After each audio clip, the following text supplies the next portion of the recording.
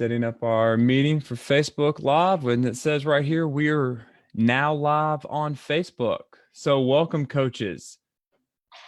Thank y'all for being with us. I'm just getting everything set up. I'm here with the man, Coach Randy Jackson. Coach Jackson, thank you for coming back on. I appreciate it. Honor. Yeah, thank you. Okay, I'm just making sure that everybody is announced or everyone knows we are live because I had some problems with that last time. If you're here, coaches, and it sounds good, please give us a thumbs up. Let us know where you're calling in from while we talk. We already got 10 coaches here. I appreciate it. Just getting everything set up. All right. I feel like Matthew McConaughey when I say that. There we go. Posting this. So, Coach, while I'm doing all this technical stuff, tell us, for those coaches that don't know who you are, didn't catch our last interview when we're doing that, have been living under a rock because they don't like to read and everything. Could you tell us a little bit about yourself? Yeah, Ron. So I'm a 30-year coach and been in Texas my whole career. My dad was a coach, so just kind of the natural thing for me to do. Became a head coach about 20 years ago.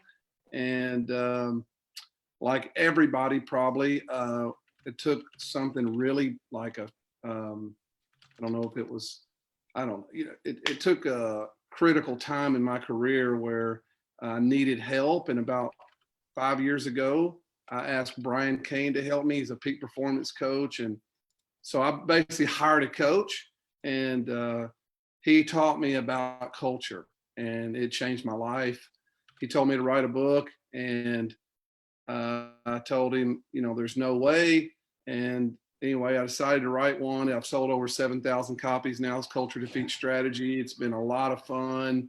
It's allowed me to go speak at places, and then I waited 3 years and released Culture Defeat Strategy 2.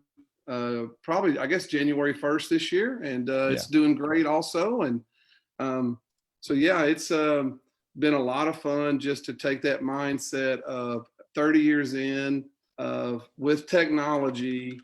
Not only can I still influence my players, my assistant coaches, but through vehicles like this and Twitter and all that, you feel like, okay, you can help contribute to our coaching profession and talk about, I'm telling you, I paid Brian Kane $500 an hour to help me. And I just want to give okay, here's some really good stuff, but I can apply it as a coach. Bless Brian's heart, he's never coached. So I can take the stuff he's taught me and apply it to my career and try to help coaches. And it feels good to be able to do that. Okay. And I want to know what made you decide, hey, I want to go all in on culture. A guy at SMU. So Brian Kane was helping SMU's football program when Chad Morris just got the job.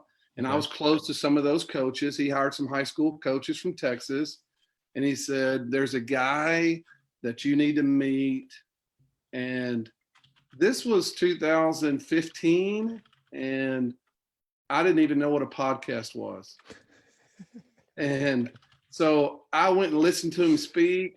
And afterwards, I went and introduced myself. And he had to get on my iPhone and show me what the podcast icon looked like. And, it just changed my life from a guy who, all transparency, a guy who watched King of Queens as much as he could, to a guy who read books and listened to podcasts. So I became a growth mindset guy 5 years ago, and it's just really been a lot of fun. I wish I'd have done it 15 and 20. I wish I was 35 or whatever you are, because there's so much knowledge out there, but people just have to get in that growth mindset, which is probably what everybody listening now has, but so many coaches don't. But, culture is the thing, right? We all want the edge.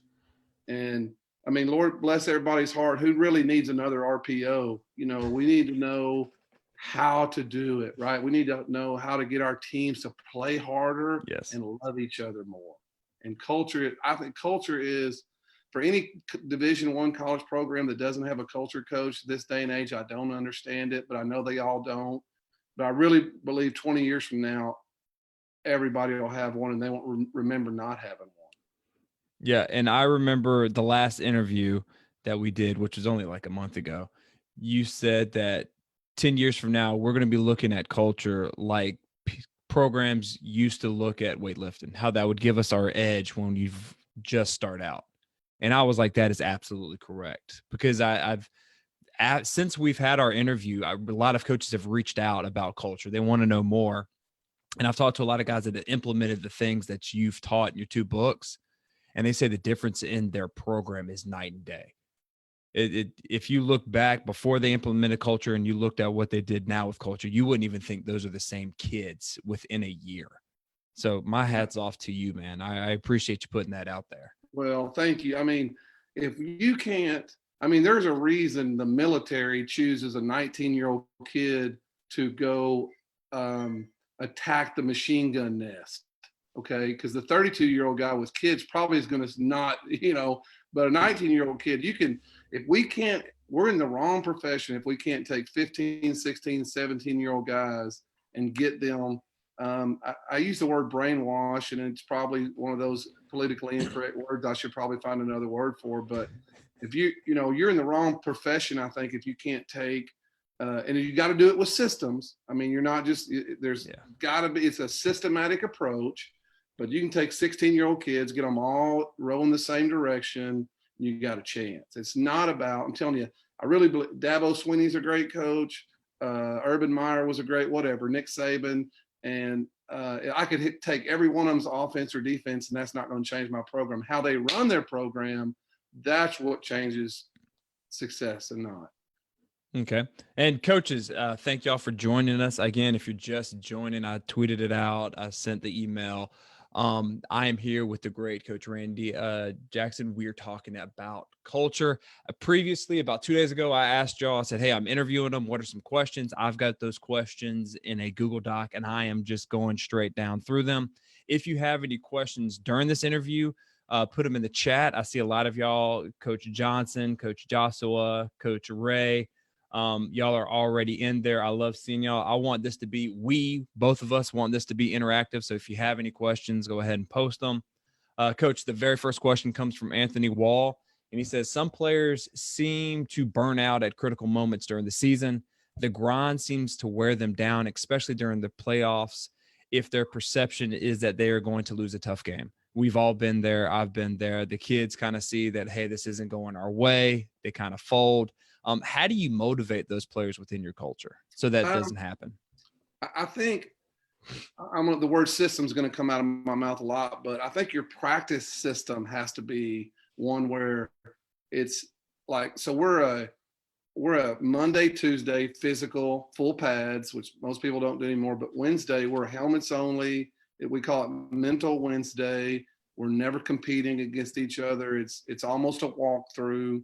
And then Thursday we put shoulder pads back on, and then Friday we play. So our guys, if they can get through Monday and Tuesday, because Wednesday is a 70-minute practice and Thursday is a 70-minute practice. So if they can get through Monday and Tuesday, they've kind of got the hay is in the barn as far as, a 2-hour practice. And we really don't go quite 2 hours. But so I really think you have to set your year up where they feel like they can make it, So I used to be a big believer in bringing kids up on Saturdays, and I just don't, I'm going to bring them up maybe 3 or 4 Saturdays, and then I'm going to stop doing it. I just want them to want to continue playing. So I think that's a big deal, is we're going to keep them fresh. Mm-hmm.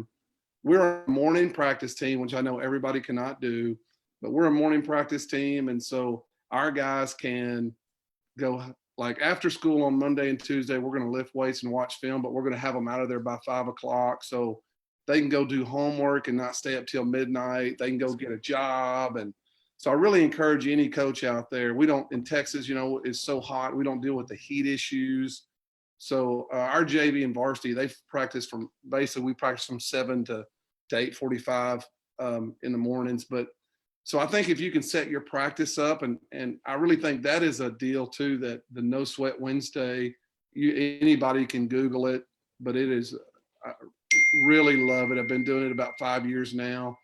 So I think that's a big deal, is to practice correctly and keep them fresh. We compete a lot in our practices. Our practices are not monotonous. I mean, we got a 3-minute period. We got a 4-minute period. One of my biggest, but really big, the best book I think y'all have ever read is Pete Carroll's Win Forever.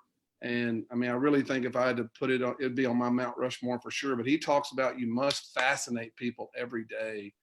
So to avoid burnout, I think you got to keep them fresh, but you also have to fascinate them.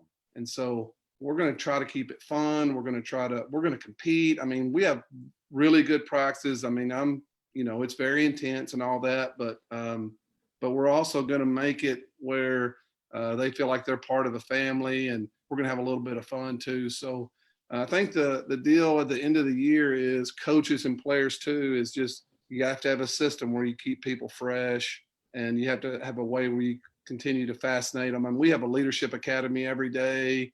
We have a group. I think this is a big deal. There's different ones of these, but we use a WhatsApp where we have a group communication where our kids are always communicating with each other. So on Friday mornings, we have a deal called Breakfast with Champions, where I get adults in the community to adopt a player, and they come on Friday morning. We have a speaker. So my big deal is Goonville. That's a whole nother topic, but I think you have to give them an identity, right? And so I call these guys Goon Dads. They love it. The night before the game, we do a deal called Polish and Pray. So the moms can come up. They write notes to the players. They, supposedly they can polish their helmets, but they leave them candy. And so every player, whether his mom comes up or not, the moms are going to take care of them. And so I think you got to find ways to, 1, keep them fresh, 2, fascinate them, and 3, make them feel like they're a part of something, a family. Like they don't want to let their goon dad down. They come in on Friday morning, there's candy in their locker, there's a note. So you just got to make it, I think, something that's a big deal, and it's a lot of work, but it's certainly doable. Okay. Good answer. Good. I like that. And I like how you're creating a family atmosphere within the program as well. So they're not seeing just the coaches. They're seeing other players, parents. They're getting, if unfortunately, if some of them don't have parents, you are bringing like mentors in for them, so they still feel like they have a parent or an adult that actually cares about them. That is, dang, man, that is great stuff, man. Well, yeah, thanks. I really think the whole Breakfast with Champions thing is about a 30-minute talk that I am like, those are the only people we let on the field after the game. And so the Goon Dads are a big deal. I mean, I ask the Goon Dads to text them at least once during the week, write them a little note of encouragement. But the kids really get close to their Goon Dads after about 3 or 4 weeks. One of our Goon Dads is like a Mavs maniac, one of those. He's a man who's like real big dude, and they have like those big dancers. He'll take a couple of players to games, and our players are pretty typical. We got some with dads and some without. We got some who drive cars and some that don't have much at all. So these Goon Dads are a big deal. Anybody that, if you want to know more about the Goon Dad stuff, I'll be willing to share anything with you. It's a neat program that we do. Okay. All right. Awesome. And again, coaches, thank you so much for joining us. We are at 55 coaches on here, and they are ranging everywhere from the East Coast to the West Coast down to Mexico and everywhere in between. Coaches, if you have any questions for Coach Jackson, please put them in the comments. I'm just going through the previous questions that I asked. The next one, Coach, is from Coach Austin Trotter. At a small school that has never had success, players don't know what winning feels like. So he's coming into a school, never won before. Limited players, so you can't just sit everyone who doesn't fully buy in. He has a very young team, starting with 9th and 10th graders. How do you get them to see past the history of their program and believe that they can be successful? Okay, so I've never taken a job where they've been any good, right? Because those jobs don't come open. So here's the number one thing you got to do, coach, is you must believe the most. The leader will always believe more than the team. So I don't care if you're lying to them, You must share that vision. So in 2010, I took over at Poteet. It's a school east of Dallas, 1-19, 2 years before I took over. We were picked ninth out of a 9-team district, and I just wanted the job. And it was a big pay raise. I was going from a school of 300 to 1,800, Wow. and I was tired of mowing the fields, you know. So I wasn't even really thinking we were going to win the first year.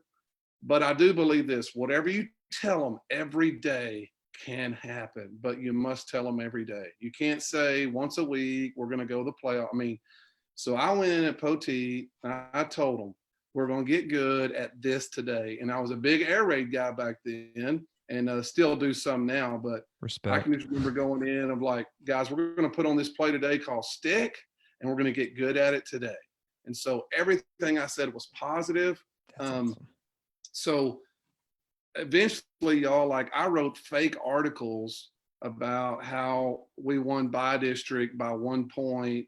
So I'm posting these articles in the summer. We end up winning by district by 1 point. I just found articles. I Googled articles of great turnarounds, and I just plagiarized them, which, I just put Poteet in there, and I talked about how many turnovers we produced. And so then we start fall camp, and I start telling the team how we're going to be such a story. They're going to make a movie out of us. I talked about how Will Ferrell was going to play me. And I mean, I'm telling you, I went. Like, I just thought, we're picked to go 1-9 or something. And so what was it going to hurt? And so, but as a leader, I believed more than they did. And I told them every day. I made up a bunch of crap. And just honestly, I really didn't believe a whole lot of it, but I sold it. So we ended up going 12-3 that year. I can remember us winning the first game and me telling my buddy, well, the worst we can be is 1-9. I mean, I really didn't believe we were going to be any good, but I just kept talking about it and kept talking about it. So I think if you were going to take over where they hadn't been very good, you have to believe more than anybody else, and you have to be a great salesman. I mean, you have to bring the juice every day. I've heard where somebody said they've never seen Nick Saban yawn, right? You can't take over a losing program and ever yawn. You got to bring the juice. And then I think the other thing you got to do with them is teach them how to win. So for us, we're just gonna have daily competitions, and we're gonna have a winner and a loser. And I know every state's different, but so for me, I get all my guys in one period. I get all my coaches. And so for us, we're going to compete. Like, we're going to get on the squat rack and we're going to compete. And, I don't want to bore everybody with how we do it, but we're going to have a winner and loser almost at every station. So our guys are going to learn how to compete. It's not going to be okay to lose. I mean, we're not going to, or they got to go to counseling or anything like that, but for sure enough, it's going to pay to be a winner. You got to find ways to celebrate the winners, and we're going to do that every day. So you got to believe more than them. You got to sell it hard. I mean, I don't care if you got to fake it, and then you have to find ways for them to compete. So you compete in practice, compete in off season, compete in the summer, but have winners and losers at almost everything you do, and celebrate the heck out of the winners. Okay, and dude, I love how you have to be the biggest believer, but also how you broke it down and you just said, okay, we're going to get great at this one play, and that is what we're going to do. And I'm sure that the kids like that because, how do you eat an elephant? That's exactly one bite at a time.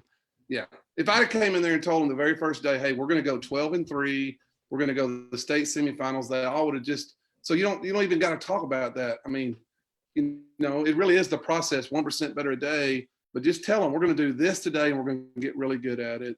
And, because I had buddies tell me, hey, man, I would just worry about the JV. I would just build for the future. And I just thought, what the heck, man, why not just go in here and, let's have some fun.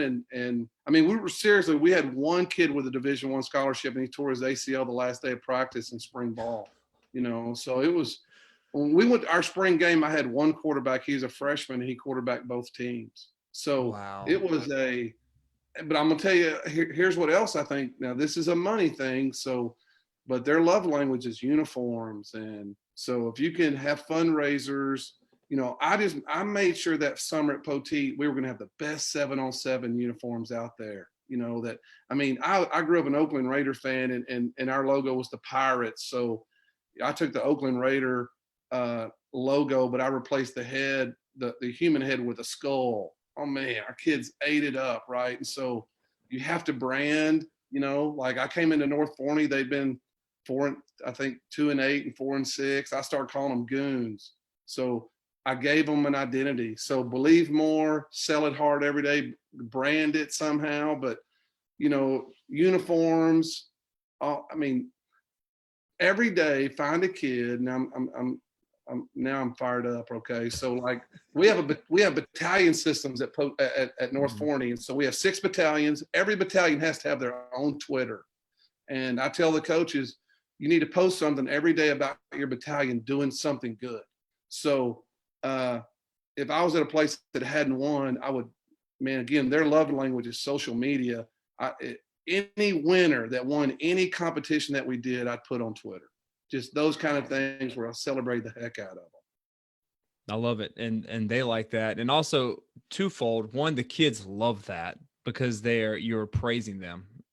And then 2, you're also building your brand, which is your school, because everyone is seeing what you're doing and they want to be a part of that. So it's kind of like a cycle where everybody's getting it. That's freaking genius, man. Well, and I'm going to say this because I think people need to hear it. But so I've got a 32-year-old principal.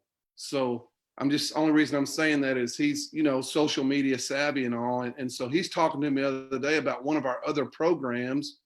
And our other program is posting when the game is scheduled and the result. And that's all they tweet about. And he said, Randy, for you, it's like football season never ends because y'all are tweeting something every day. You're tweeting about kids. You're tweeting about a battalion. We're going to start boot camp this week. So we redraft battalions. Anyway, it really meant a lot to me. And I really hadn't thought about it that way. But as a 32-year-old, like, he saw it a little different where football season never ends. I just hadn't ever, but I think if I'm at a program that hadn't won or any of you guys listening is if you're not using social media and celebrating kids, I think you're missing out on something you could be using. I agree. All right. We got some questions in the chat. If you don't mind, if I go ahead and ask some of those.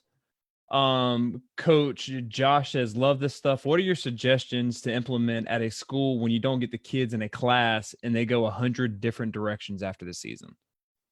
Okay. I think you have to be willing to find a way. If you want a real culture, you can't wait till the summer. So when I get to go around the country, here's how it is. In Texas, we have it better during the school year.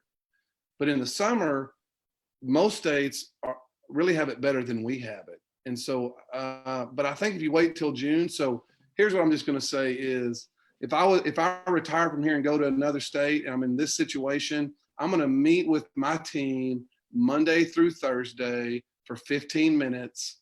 Probably not, from the day football ends till the summer, but I'm going to find some blocks in there. So maybe it's 4 weeks and then a week off and whatever, but I'm going to meet with my team 15 minutes and we're going to have Leadership Academy and I am going to brainwash them where they will play harder than our opponents and they'll love each other and they know what our culture's about. I just think you must meet with your guys. If you don't get them, like I get them. So here's how we do it at North Forney. We have track practice at 7:15. And then we have a 20-minute Leadership Academy, and then we lift weights. And I know that's great and all that stuff, but if I didn't have all that, the most important thing is that Leadership Academy. I'd find a way to do it. Okay. All right. Good answer and good question, Coach. One more, then we'll jump back to the other questions. I had it. Oh, Coach Johnson said he has your PowerPoint on weight room competition, and it is fantastic. Awesome. We have started implementing it this year, and it's fun, and the boys love it. So kudos to you, Coach. Yeah, I love the feedback. I think it's been a real game changer for us, too. All right, Coach Greenfield says, Coach, if you were an assistant at a school where culture and growth mindset is not a priority, how would you sell the value of culture? Oh, great question. So years ago, I spoke at a seminar, and I talked to them about, and there's some college coaches in there, and I talked to them about the head coach has to buy in and all this. And after that was over with, an offensive line coach came up to me and said, Coach, really at the college level, I'm the head coach of the offensive line. So everything, whether my head coach believes in core values or believes in any of it, I can own that room with the offensive line. We can have our own core values. We can do everything you're talking about.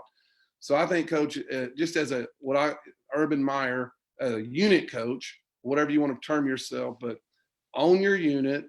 And if you want them to lay in traffic for you, then talk to them about culture, come up with some core values. There's easy ways to do it. Just so I think it is like, I got a buddy in Mississippi, John Weaver, who he's a receiver coach, and I think they were called Snag Crew or something last year. And so they, but he branded his receivers. So I think whether your head coach buys in or not, own your position group and go all in with as much as he'll let you do. And I hate to say it this way, but I probably wouldn't ask his permission. I'd probably just do it and hope he didn't say anything. Ask for forgiveness, never for permission. 100%. All right. And coaches, y'all are asking about the weight room competition. Wait, at the end of this clinic, or this live clinic, I guess it would be called, we have major news. So just stick tuned with that. Great questions. Again, if you have any questions, put them in the chat. I'm going to get back to the questions from earlier. Coach McKenzie asked, what are ways to get players to come out for football while being at a small school with high academic standards, and they're not really worried about playing sports? They're there for education, and then, maybe sports or football is maybe third or fourth on their things to do. How would you change that in that school? I've heard about people like that. I'm just kidding. So, I'm a 900 SAT guy, but I think everybody wants to be fascinated, and everybody wants to be a part of events, I guess, for lack of it. So I think you just have to focus on feeding those kids, make it a program they can't live without. Most of these kids are high achievers. So really work ethic is probably going to be something you don't have to fight. So I've been in a lot of different places. I was at Grapevine before North Forney, and if y'all ever fly into DFW Airport, I mean, it's right there, a little bit more affluent than some other places I've been. So a lot of our players really didn't care that much about going and playing college ball. I mean, they were going off to places that I'd never heard of, small liberal arts school in Chicago or something. But they still wanted to be a part of our culture. And so, I mean, I still say, man, on game day, this is something we do, I think I stole from Michigan State, but I buy Dickies work shirts, and we look like plumbers on game day because we're fixing to go get blue collar with somebody. I don't want my players wearing a tie on game day. I want my guys looking like they're fixing to go haul some wood or something like that. I still say, now what's funny is at Grapevine, my guys might still wear Dockers and penny loafers I had to explain to them what they were supposed to look like, but they still want to be a part of that kind of stuff. So even at a place with, excuse me, high achieving, high academic stuff, make it a culture they can't live without. And that's something we'll continue to talk about, but core values are core values. They'll want to be a part of it. I think you got to meet with them daily. You got to fascinate them. I just think again, I don't treat my guys at North Forney, who really are more scholarship goal driven than I do my guys at Grapevine. I think the guys at Grapevine honestly were a little easier to get to work harder because they were such high achievers. So I don't think you're going to throw that. If all you're talking about is winning by district or winning playoff games or whatever, that's probably not going to motivate those guys. I think it's more about, hey, be a part of something bigger than yourself. Here's some cool, I think unit coaches have to have kids over to eat. I just think you have to do fun stuff and fascinate them. And I think those guys will still want to be a part of it. I agree. I find that if kids, your biggest, for me, to get kids into the program is you find one that's like the trigger, that if you can get that one to come and play for you, and then make him have fun or show him how much fun he is, Yeah. he will turn around and be your biggest recruit. He'll go and tell his friends, and it kind of spreads that way. Yeah, I agree. I think that you have to win over the hearts and minds, but still, we're offering them things that they can't get anywhere else. You know, I mean, really, if like, here's something we do. Okay, this is so much fun. Again, I stole it from somebody, but at the end of summer, we have summer workouts. We're gonna measure you. We're gonna test you at the beginning of summer. At the end of summer, we're gonna see how much you improved. So we're gonna do a deal called the Big Weigh-In. And I'm going to get a coach with a suit, and we're going to cut the sleeves off out of the suit. He's going to wear a tie, no sleeves. He's going to sound just like the Let's Get Ready to Rumble guy. We're going to call the kids up. There's going to be a PowerPoint behind them that shows how much they improved, what awards they won at the summer. They're going to get on some scales, and we're going to announce how much weight they've gained. And everybody's going to go nuts.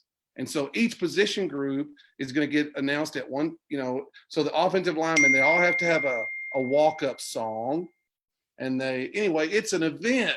And kids, I don't care if kids want to play college ball or whatever, you got to do things like that kids want to be a part of. Okay. I like that. I like that. They get to pick out their own song and everything. Oh, yeah, it's a lot of fun.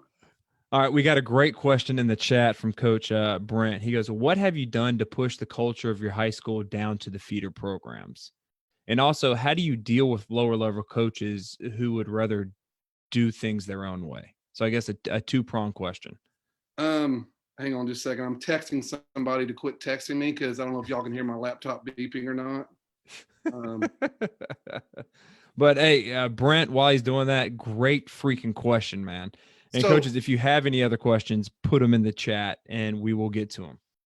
Here's the best thing I think we do for feeder systems is I'm going to have a schedule and all my coaches are going to go to games. Okay. And I'm not going to say, hey, you know, I mean, it's going to be a schedule. They can fill in what weeks they want to go to. But so let's say my O-line coach, it's usually going to be an offensive guy and a defensive guy. Let's say my O-line coach and my corners coach are going. I'm going to ask them to take 2 or 3 kids with them, put jerseys on them, and take them out to eat first. I tell them if they need some money, I'll pay them. Well, they're going to go to the middle school game, and they're going to stand on the sideline. And at halftime, our middle school coach is going to let those players address the team for like 30 seconds. You know, just, hey, you guys are, you know, whatever. But they're high-fiving kids. So that is a good deal, I think, as far as getting your older players connect. Our players love it when, you know, how everything gets better. But we used to just take players to games, and then one coach started taking them out to eat. I'm like, that's awesome. That needs to be mandatory. So I think that's probably the best thing that we do.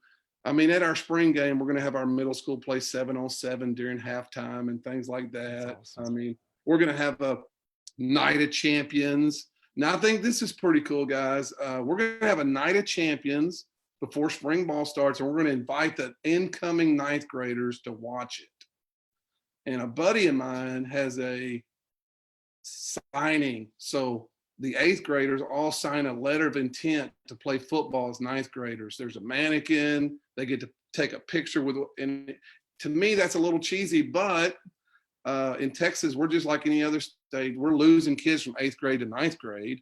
Mm-hmm. And maybe if they sign that piece of paper saying that they're committing to play and we make it college-like, maybe we'll get more to play. So this year, we're going to add that to our night of champions. We're going to have a high school signing for our 8th graders. That's all. And I promise you will. I know some coaches that have done that, and they've seen the actually increase from 8th to 9th graders, because the 8th graders that have done it, you know, they brag about it. And those kids that wanted to do it, but they're like, I'm not going to play in 9th grade. They're like, oh crap, that's awesome. I'm going to come out for the summer and start.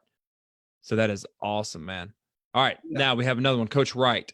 How do you deal with talented, selfish players within your culture? Because we all have them. For sure. I think you have to address it head on. I mean, here's how I am. My dad coached 41 years. He's passed away now, but I try to, anyway, like everybody else, you know, like he gave me some nuggets. He said, don't ever change he didn't say culture, but in today's world, he would have said, don't ever change your culture for that one kid because he might tear his ACL the first day of fall camp anyway. And so now you've sacrificed, you become a fraud because this kid you thought you couldn't live without and he's injured anyway. And so my biggest goal is not to be a fraud. I make sure our guys lovingly know we can live without them. And I mean, I know I'm at a school with 55 kids on the varsity, so it's not that we're tiny, but we certainly don't have, our backups are not as good as our starters. So, but I think the best thing that we do as a program is our battalion system, where guys there's 12 or so in a battalion. And if somebody is selfish, like we had a kid the other day, I can't remember if I talked about this last time I was on or not, but who didn't run very hard in track practice. Well, I sent his battalion out to run. They had to do the whole running workout again. They missed Leadership Academy. He apologized to his battalion, said it'd never happen again, and it hasn't. And I think if I just fussed at this kid and said he was letting the team down, it probably wouldn't be that big a deal. You know, the team is just this obscure thing, right? But there's 12 guys that you have the same color T-shirt, you dress in the same corner of the locker room. You know, that's a little more family oriented. That's a smaller number. So I really think the smaller the number you can put it in, the more it might mean to them. But so I think you got to find ways where they're letting their team down, and you got to make sure you don't, you know, I just know that you can't be a fraud.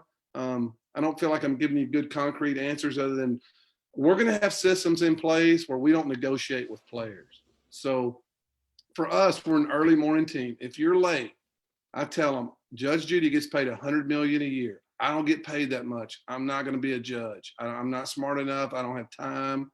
So during football season, we had this big wheel that we spun, and whatever it landed, that's what they had to do. And so we tell them, we're not giving you this punishment. You just have to spin the wheel. This off season, we do a deal called hard yards. And I really think this is better. So kids have 6 minutes to bear crawl 100 yards, backpedal 100 yards, log roll 100 yards, crab walk 100 yards, and sprint 100 yards. So I love it because it's timed. It takes right at 6 minutes. If they don't make it, they got to do it again. But the bottom line is we're very non-discriminatory. You know, it's if you're late, you're late.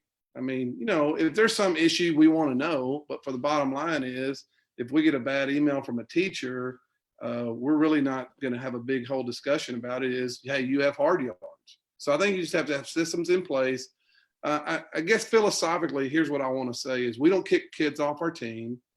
Is we ostracize and embarrass and punish, and we celebrate winners hard. Here's what I think. I think to get behavior to continue, you celebrate it. But if you want the behavior to stop, you got to punish it. So we're going to punish the selfish, and we're not going to kick them off, but we're going to every day. I call it the daily fist fight. We're going to punish them every day, and either they're going to get right or they're going to find something else to do. I agree. That's a great. You may not think that's good concrete advice, but that is. So, all right. Where I have a couple more, Coach Birdwell. We will talk about that in a minute toward the end. Okay, just checking the chat. Let's go to the next one. So, Coach, this is from Coach Ben. How do you motivate players from good homes and good neighborhoods? I think it's, well, that's a question. Yeah. Like I said earlier, I've been at places where I had kids from good homes and good neighborhoods. I really didn't treat them. I didn't try to motivate them. You're not going to motivate them with the scholarship. Okay. When you get beat in playoffs, they're probably going to go on a family trip next weekend. So, they're not all, the kids I have now, their motivation is a lot different.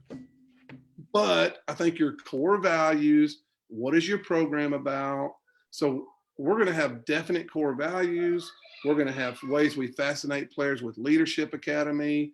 We're going to do, community service. We're going to have some fun in our program. Their unit coaches are going to take them out to eat. We're going to have team dinners. So I think even the good kid, the kids with money and that don't have to have football, I think you got to fascinate them and you got to make them want to be part of something bigger than themselves. And I think, again, it's kind of like I was talking about earlier. I think that their work ethic and all that, they're such high achievers. They're really pretty fun to coach.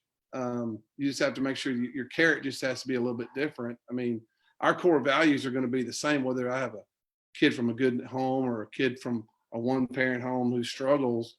But I just have to know in the end what both those kids are looking for. And it's, what they're looking for is different, but I think your program can be really similar. Okay. All right. And we have a question from Coach Frey. Everyone has one or two kids who struggle to buy in. How do you handle those kids? And at what point do you let them go if they haven't bought in? Whew, you guys are asking some hard questions. But they're great questions because everybody has them. And I know what you mean. I just think your standard has to be your standard. And so, our standard, y'all, is going to be player driven. We're going to ask our players, what do you want our core values to be? What do you want us to be about? Yada, yada, yada. So our players are going to have ownership.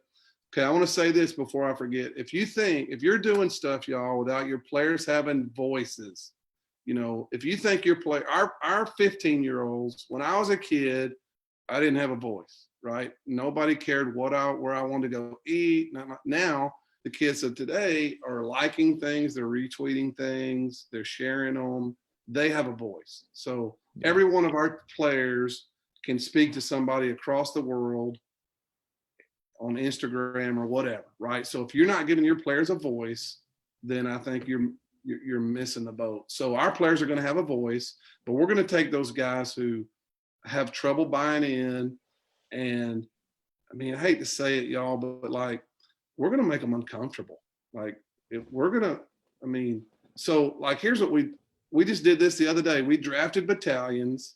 So we do a battalion draft 3 or 4 times a year. We drafted battalions the other day for boot camp. Here's how we draft battalions. Our coaches are going to draft 3 captains for each of the. So anyway, there's 4 battalions. There's 3 captains that were chosen by the coaches. We're going to put all our players out there on the field in a line, and they're going to get drafted. Oh, wow. Everybody's going to see.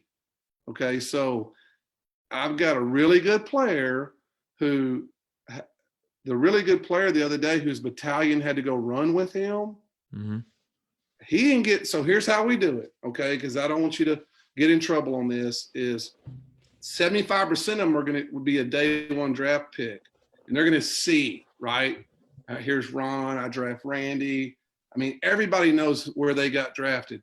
When there's about 25% of your team left, you stop it because you don't want any email or you want any kid going to, nobody can be last, right? I mean, that's, that really would be cruel and unusual. So the next day, I'm going to bring the captains into the coach's office.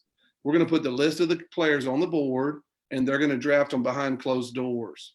And so every year, I'm going to have at least one starter be what I call a day 2 draft choice. Those kind of things, I think, are how you treat the selfish kid, the kid who doesn't want to buy in, is you find ways to celebrate we are going to have a pep rally for the guys doing it right. I mean, we're praising the heck out of them. But the guys who are selfish and who don't have both feet in, we're going to make them uncomfortable. So like, if I get a kid with a bad email and he's doing hard yards or whatever, the only color I don't have in our battalion, or one of the colors I don't have in our battalion system, is red. So I'm going to give this kid a XXX red shirt. I hope he weighs 110 pounds. I want that shirt to be way too big. And he's going to wear that red shirt until that teacher tells us that she or he is happy with that kid, right? So here we're doing workout, and there's one red shirt, right? And it has to bother him a little. I mean, maybe, I hope. But so bottom line is that selfish kids, we're not going to look the other way. We're going to find ways to make them uncomfortable, and everybody is going to know. And that kid, I'm telling you, I really do believe this, is I'm never going to be a fraud. I'm never going to say we're going to do this, this, and this, but the really good running back, I'm going to look the other way because A, I've got more integrity than that, and B, he might tear his ACL anyway, and then, now my word's no good. So, Yeah.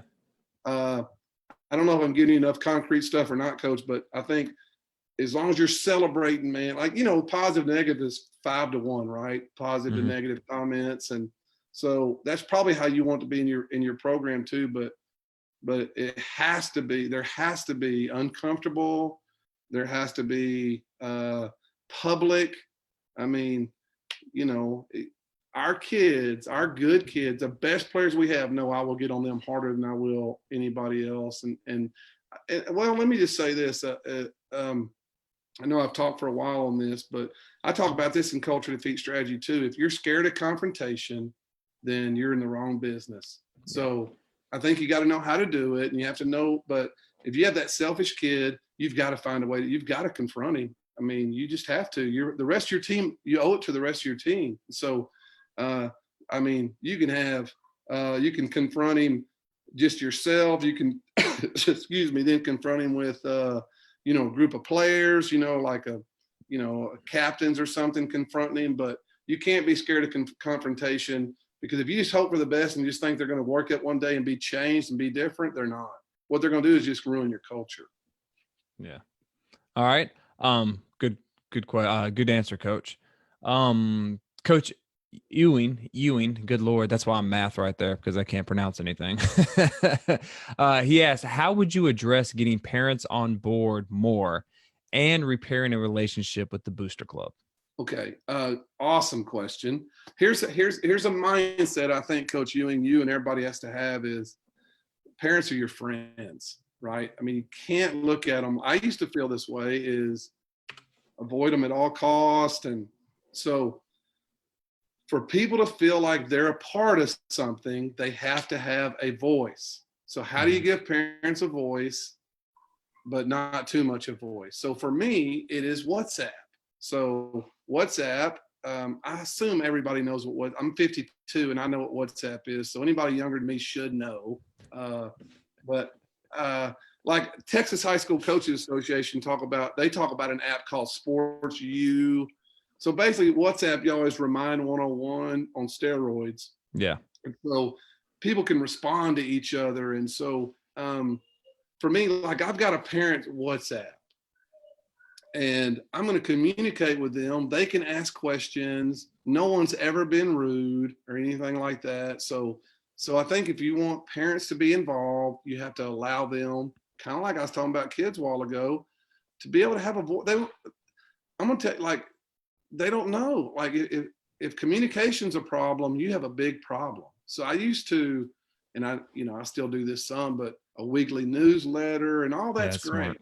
But it really is, and put some pictures in there, but like the other day I put on our WhatsApp, because and another great thing about this, it's not an email. We all get too many emails, but I put some slides, some screenshots of slides of one of my boot camp PowerPoints. Hey, we're starting boot camp next week, y'all. Your son's gonna have to wear a jock.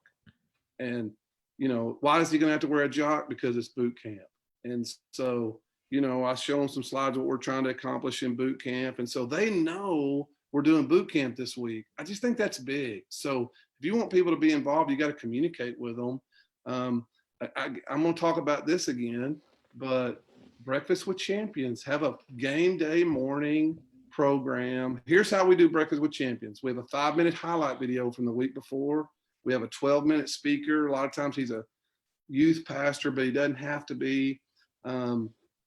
We give out awards from the week before, and then I talk about our opponent that night. I want those goon dads to feel like they're in the locker room. So we don't really want those to all be parents, and parents do, but all the parents are invited, the males. The moms could do the polish and pray the night before. The more you can do those kind of things, where everybody has a chance to be involved in your program, I think is a better. And then again, but I think your mindset just has to be is, they're not your enemy. You just have to, again, I know you want to keep them at arm's length. I mean, you don't want them telling you what to do or anything like that, but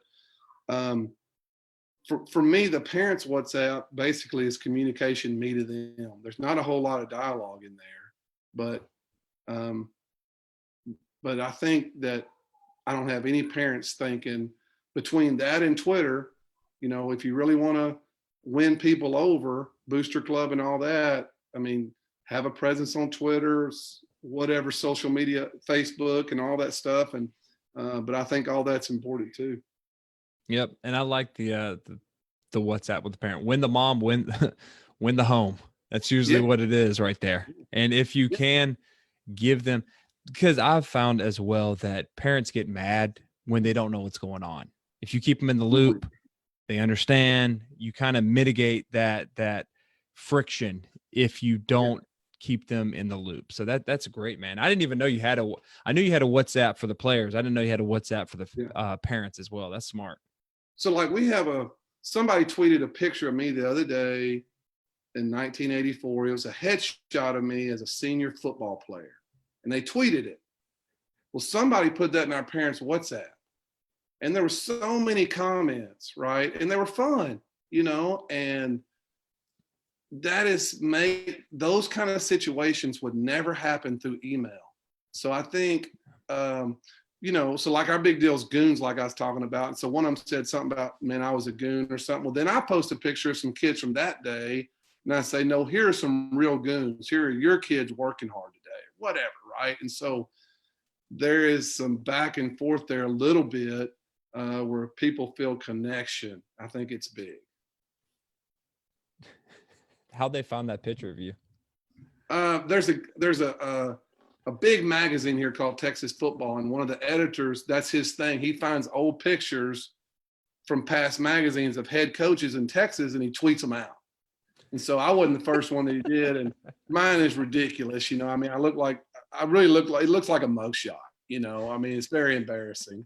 And so, but I just think our parents had a good time with that. I mean, I bet there was 5 or 6 comments. It wasn't like everybody did, but it's just an interaction. Think about it. Without WhatsApp, that interaction would have never happened, right, where there was some lightheartedness between a coach and all the parents. And parents don't mind a text, right? I mean, but who wants another email? I really encourage all you guys to get some type of group texting system and just over communicate with them, send them pictures of workout. And again, football season needs to never end through social media and through WhatsApp. Yep. I love it. All right. Coach John says, how do you try and improve culture and character when the head coach isn't consistent with how he handles situation and players?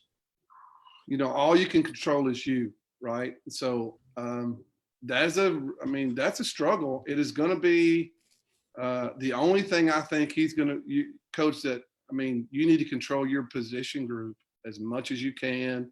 Just control your position group, and just know that if the head coach really isn't, if that isn't his thing, it's probably never going to be team wide.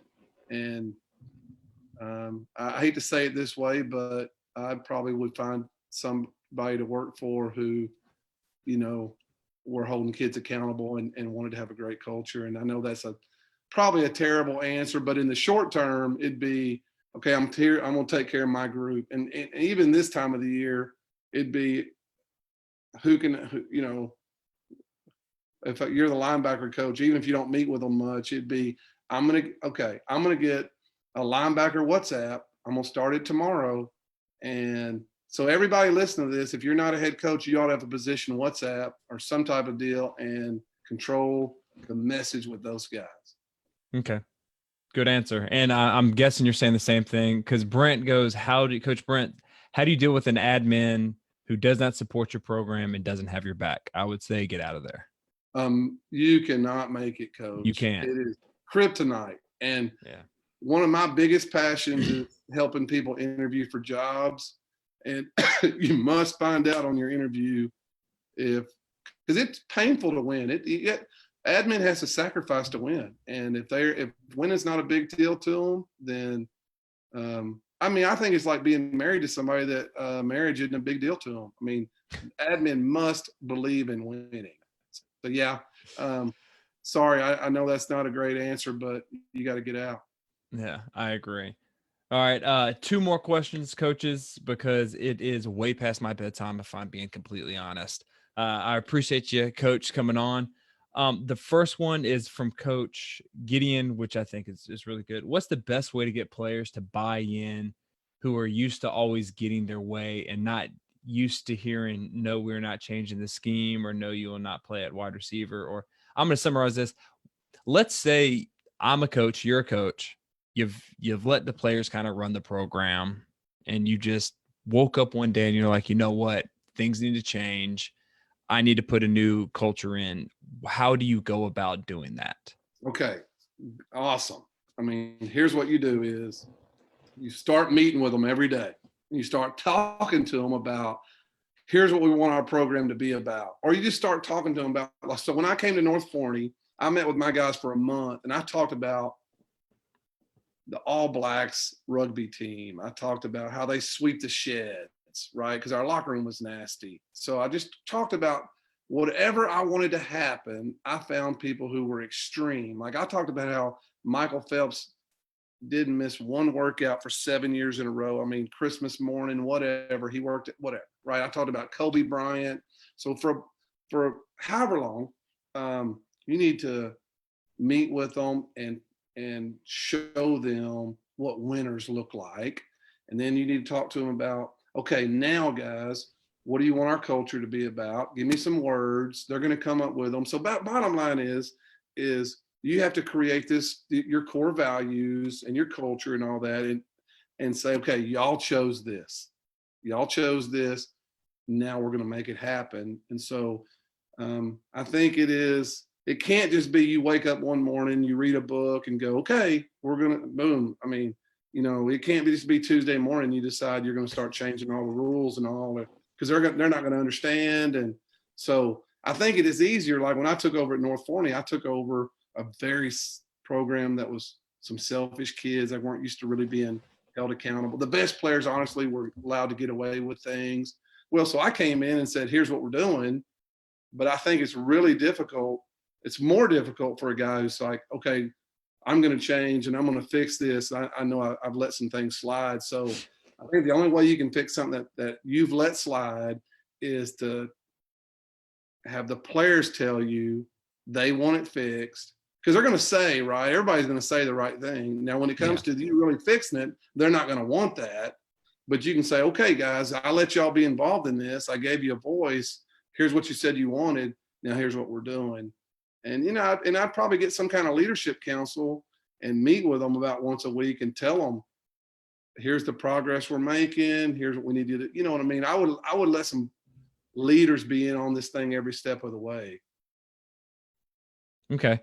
And I like that. Like you can't just wake up, like you said, on Tuesday and like, all right, things are changing. Here are the new rules. Cause your kids are gonna be like, what the crap? Yeah. Okay, good. All right. And then the last one. But before we get into the last question, coaches, thank you so much for asking. Y'all asked some freaking amazing questions. And this last question is a accumulation of a lot of people asking roughly the same question. If I'm going to install culture, or I'm a new staff and I want to install new culture or anything, what's the first steps I can take to do that? Because that's the biggest question I've seen. Yeah. I mean, y'all, and here's what the first thing Brian Kane taught me, or what really was the biggest light bulb moment for me, were core values.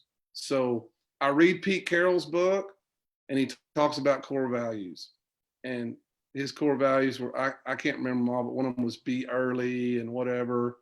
And so in 2014, I make locker tags and I put our core values on these locker tags. And one of them's be early, one of them's tough, because I like that. And then, no lie, y'all, Bill Curry, he used to be the head coach at Alabama and played center. Well, I heard him speak and he talked about a word called magnanimitas. And it's an Indian word called greatness of spirit. So I thought that was a great word. So in 2014, our players' locker tag said, be early, tough, finish, magnanimitas, right? We didn't ever talk about why they were on that locker tag. So bottom line, it was the worst. I went from being the worst core value guy ever, using words they don't even freaking understand and didn't talk to them about it, to 2015, where I learned that you want to give them a Google form and say, what 3 words do you want our program to be known for? They send all these answers in, you list them, you categorize them, and you come up with some core values. And there's different ways to do them, but it's got to be core values. I mean, you can do Tigers where it's T for tough, I for integrity, G for grit. I chose to do 1 per day. So if you come in to North Forney on Thursday for us is family. I'm going to play music in the weight room. The We Are Family by Sister Sledge is going to get played almost the whole workout. I mean, they get a little tired of it, but we're going to sell that core value every day. So here, if the number one thing you need to get from this time we've had tonight is, if you want a real culture, then you have to have a compass. Your program has to be known for something. Your players have to have ownership. They have to have a voice. They're used to having a voice. So you give them a voice, create your core values, and then you must sell it hard. I mean, so I told this same story to a head coach in Dallas. He read my book. He bought a book for everybody on his staff. They made posters and they never talked about him again. He got fired after that year was over with. I mean, he just didn't. So if you want to do this, let them be in on it, brand it, and then talk about it every day. Right? So when we break out, right? So you know how everybody breaks out and goes from station to station. Well, if it's Tuesday, competition Tuesday, then we're going to break out on compete. You know, when the workout's over with and I bring everybody up, I'm going to ask the players, hey, who offensive lineman, which defensive lineman competed the hardest day? Which defensive lineman made you better today because he competed? They're going to recognize each other. So let them be in on it and sell it every day. But core values is the mother of all culture. All right. And I'm glad you said that, coaches. For those that are joining, I said earlier that we have some huge news. If you need help coming up and in implementing your core values, also the battalion system and how to compete, Coach Jackson and I are doing a live coaching clinic this Saturday at 9 p.m. Eastern. We are diving deep. You will learn your battalion system and how you actually go into it. You will learn how you do that competition, and he will help you create your core values. Now, here's the thing. Only 30 seats are available because, like we've had it here, if you like this go between back and forth in this clinic that we're doing on Saturday, you get to ask Coach any question. We will be there for anywhere from 2 hours to 52 hours. I hope not, but we are going to leave no stone unturned. So if that's something you want to be a part of, in the comments down below, put #culture and I will reach out with the details. So again, if you want to be one of the 30 in this clinic, hit #culture down below. And Coach, thank you so much for joining us. I love talking to you, man. I learned, you get me geeked up and I'm ready to run through a wall for culture. Thanks, Is there Ron. anything else that you'd like to talk about real quick before we go? No, other than just, guys, for people who don't understand, it's not what you do, it's how you do it. And you have to have systems in place. It is the edge. So I could talk about it for another 3 hours. I mean, it really is my passion, but there are things you can do that your opponents won't do to give you an edge. And I really do think it's through culture. And I think everybody listening to this, you're way ahead of the ball game, and we're going to get even better Saturday night. Okay. All right, Coach. So again, if you're interested in being one of the 30, this is something Coach hasn't done before at all. This is the first time. So you won't see this on his website, on my website, on CoachTube, anywhere. This is only here. So if you want any help from Coach, #culture down below. Coaches, thank y'all so much for joining. And until next time, let's continue to master the spread, score points, and have fun. Coach, if you just wait 1 second, and we will see you.